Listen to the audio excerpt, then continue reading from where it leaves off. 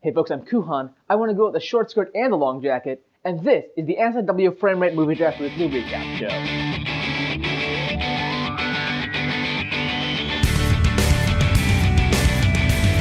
Hey everybody, I'm Kuhan, and you're watching the NSFW Framerate Movie Draft Weekly Recap Show, the show where I recap the NSFW Framerate Movie Draft news, statistics, and releases every week.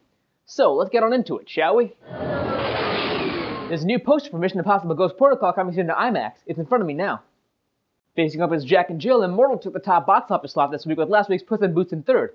With both Twilight and Happy Feet next week, they're not expected to stay at these ranks. With little no time left for the Muppets movie to make trailers, here's a poster of Miss Piggy as Bella Swine. 20 things to know about Sherlock Holmes 2.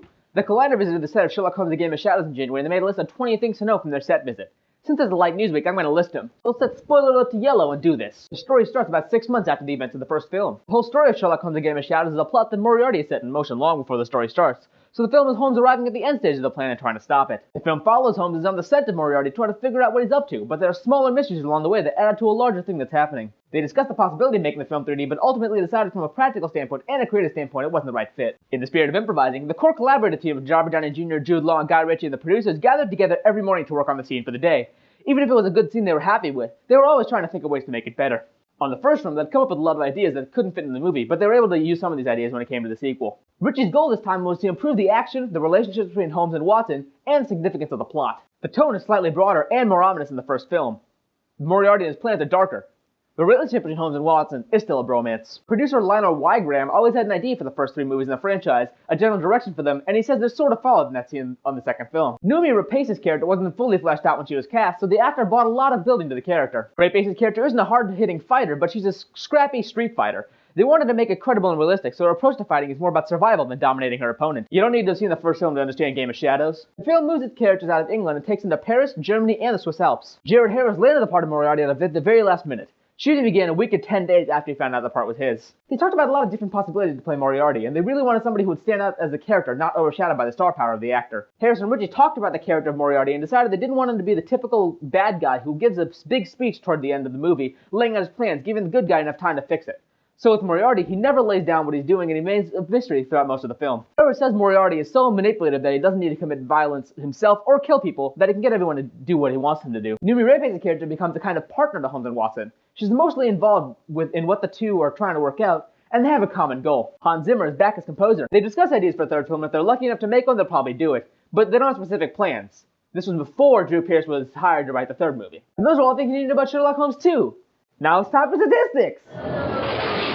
On the leaderboards, we have Brian taking first with $178,478,369.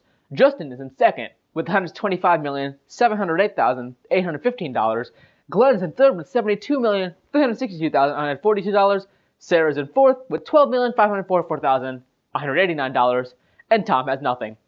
That's obviously expected to change because tomorrow comes with Tom's big money maker. And, it's predicted to make at least $120 million, so he might just take second by the end of the weekend.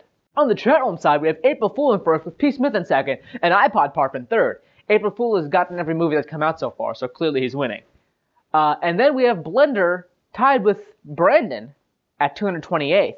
Brandon obviously being my news monkey, and I'm at 395th. Releases! Tomorrow we'll see the release of Happy Feet 2, which way too many college students are excited for, and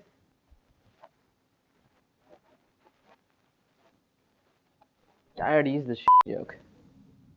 It's Twilight. And with that all aside, it's time for the end of the show. You can catch me on Twitter at Kuhan or at imkuhan.com. You can also find the show at NSFW Movie Draft or at winterdraft.tumblr.com.